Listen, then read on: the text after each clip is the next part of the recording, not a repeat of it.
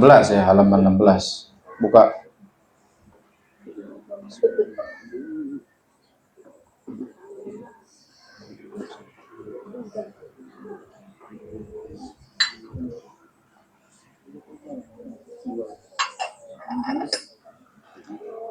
Empat baris dari atas. Lihat halaman 16. 4 baris dari atas, fasol. Temu halaman 16, 4 baris dari atas, fasol. Ada? Temu Abiu? Abiu ketemu? Kasih tahu, saya nyali kasih tahu. Teman kasih tahu. Halaman 16, 4 baris dari atas. Di belah kiri cari fasol. Udah ketemu kesabi itu, saya Abiu. Awas jangan ditaruh ini.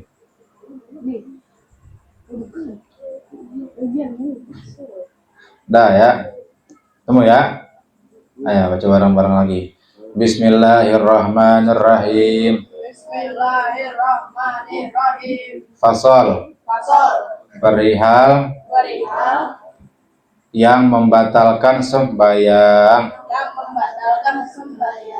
Bermula daripada itu kedatangan hadas kecil atau besar. Kedatangan hadas kecil atau hadas besar, artinya terjadi ya, bahasa kedatangan. Terjadi hadas kecil atau hadas besar tatkala sedang sholat ya. Ini jelas batal ya. Batal orang kentut lagi sholat. Sama tuh yang begitu. Temenan dikentutin lagi sholat di musola. Atau cepirit nahan dingin misalkan gitu, aduh gitu dicepirit sama juga ya. Jadi kentut atau bahasa cepirit lagi sholat batal sholatnya. Makanya kan kemarin dibilangin kalau orang itu dengerin makruh ya, hukumnya makruh dibenci tatkala orang mau sholat tapi nahan buang air, itu makruh. Jadi kalau kita misalkan mau sholat kebelet, kita buang dulu tuh hajatnya, baik hadas kecil atau hadas besar, supaya begitu dia sholat fokus, kagak nahan kentut sampai keringet dan tuh dimasukin lagi kotoran ke perut ya begitu. Jadi abdolnya atau baiknya itu adalah kita buang hajat dulu baru kita sholat. Meskipun kita udah pakai sarung yang laki, yang perempuan udah pakai mukena, tinggal takbir doang, kena kipas, kena angin, kebelet lagi kita, kebelet tiba-tiba, ya udah langsung tuh buka sarungnya, buka mukenanya, kita ngibrit ke kamar mandi gitu, supaya nggak terjadi kayak gini, kentut atau yang namanya cepirit. Awas aja jangan cepirit ya, bau. Dah. Misalkan ya, ini terjadinya ketika seseorang berada sebelum dia sampai pada salam pertama gitu. Misalkan dia kuat nih, misalkan ya, tadi salat Isya nih.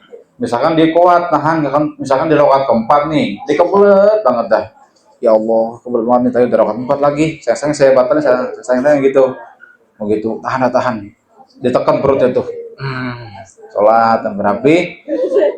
Begitu tasyahud akhir dibaca ya, fil alamina innaka hamidum majid, disalam, assalamualaikum warahmatullahi wabarakatuh gitu, kentutnya dikentutin dah tuh yang tadi ditahan-tahan dari pas berdiri.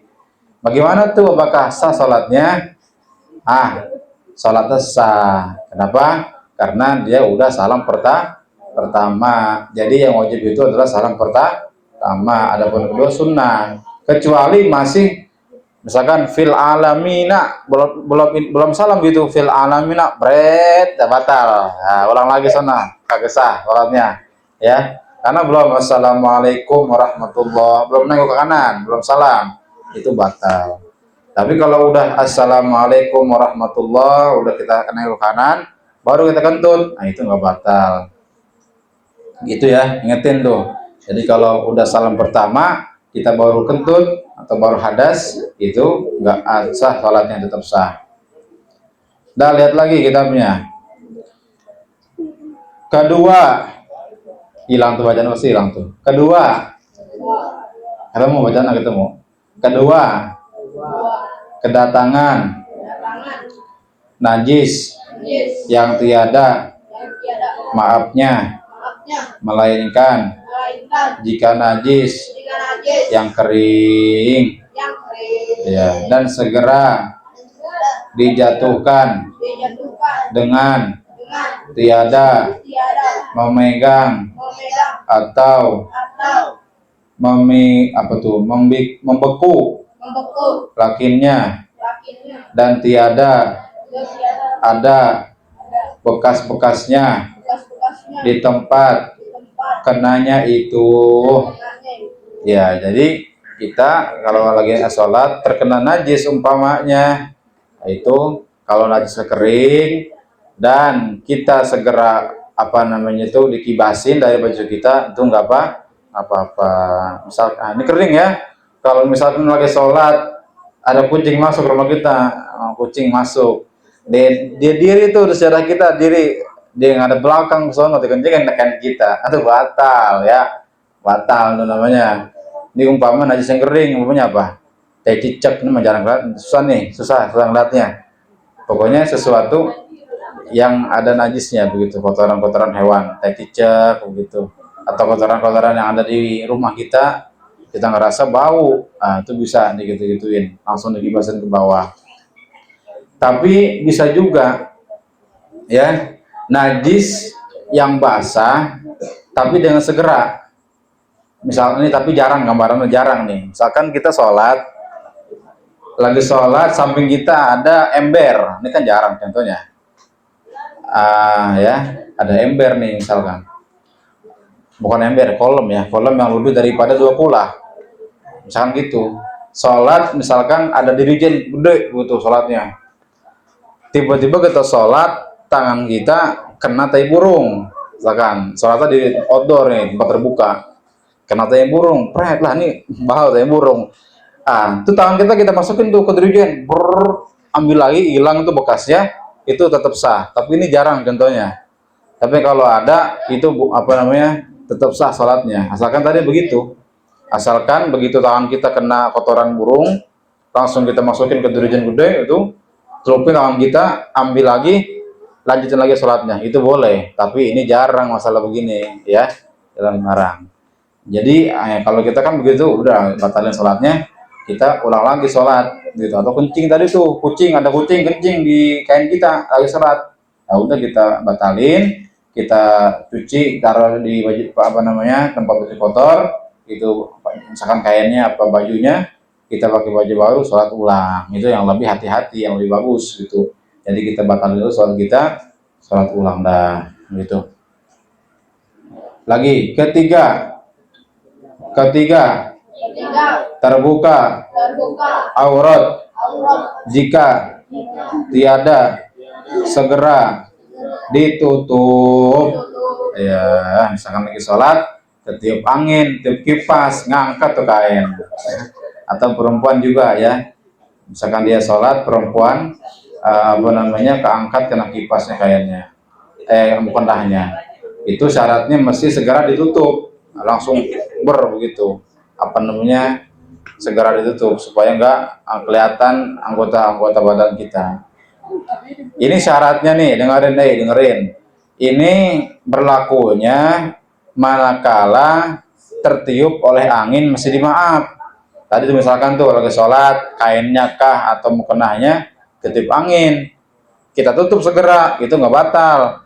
Beda kalau ada orang iseng lagi sholat diangkat kain, betul batal ya, kalau bisa ya, itu udah batal jelas.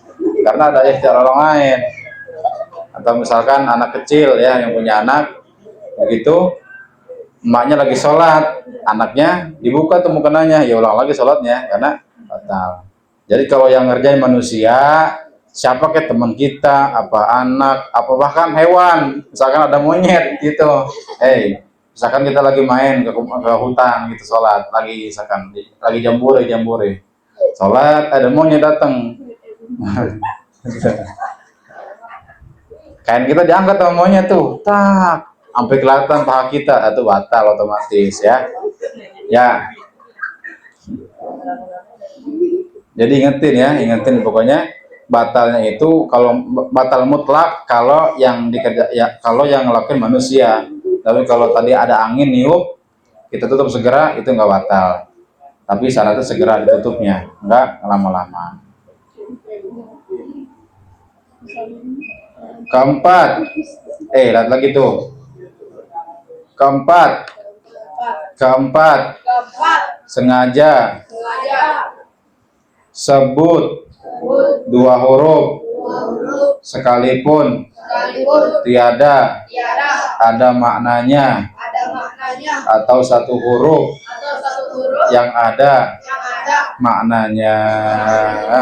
Ya, ini nggak boleh, soal itu ngomong nggak boleh ya, meskipun kita nangis gitu, misalkan korinya baca cakep banget gitu, kita ngomong tuh kan tuh huruf tuh sama he gitu tuh, artinya kan orang tersedak-sedak bahasanya, jadi nggak boleh. Jadi nangis jangan sampai ngeluarin suara gitu. Kalau ini kan enggak tuh, suara hidung namanya.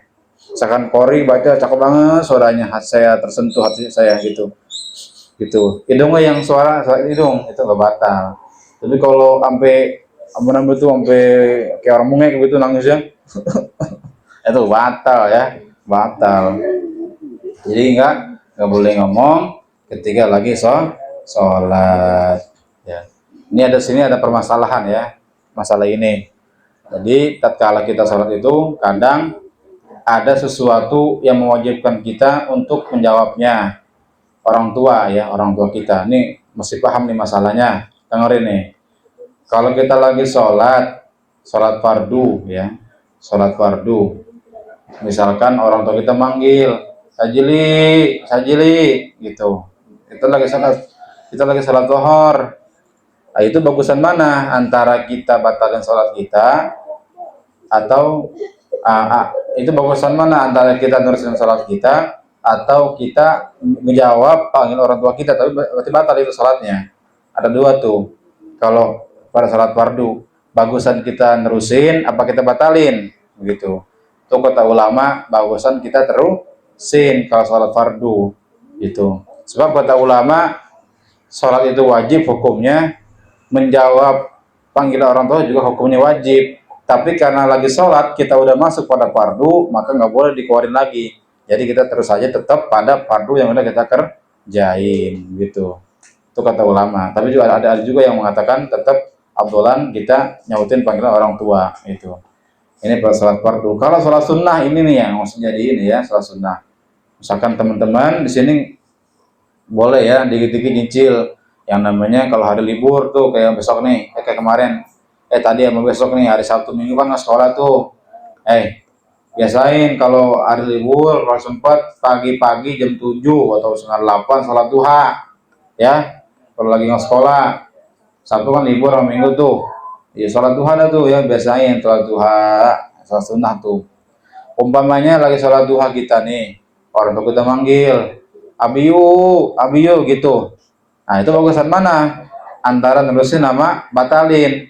Kalau sholat sunnah bagusan dibatalin karena hukum sholat itu adalah sunnah. Yang sunnah misalkan duha, sedangkan hukum menjawab panggilan orang tua hukumnya wajib. Jadi abdolan berarti menjawab panggilan orang tua ini pada sholat sunnah. Jadi kalau fardu abdolnya diterusin, kalau sholat sunnah abdolnya dibatalin, kita sautin panggilan orang tua. Wallahu a'lam bishawab. Kelima, sengaja makan. Wah, enak.